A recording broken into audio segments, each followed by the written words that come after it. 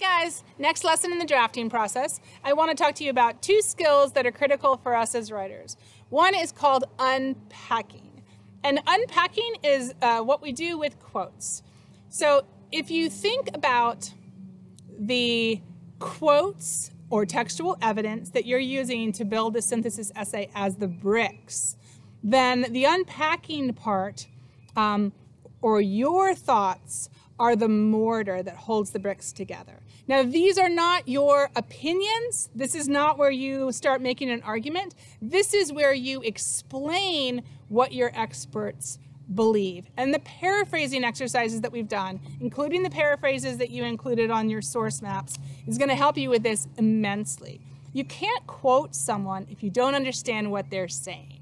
So we are going to be doing an exercise in class today where we look at some of my past students' examples from synthesis, and I'm going to have you identify where in the paragraphs quotes are being used, where in the paragraph the actual author or student's voice is being heard, where they're explaining to us what those quotes mean.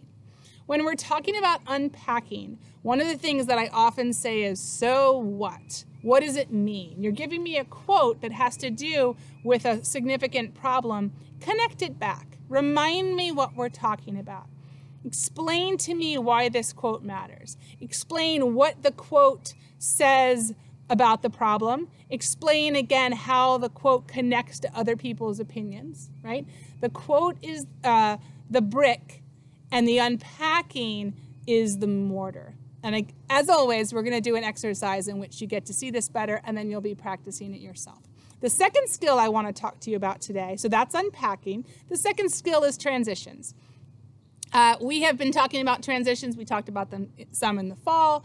And you've probably been studying these as a writer for most of your academic life.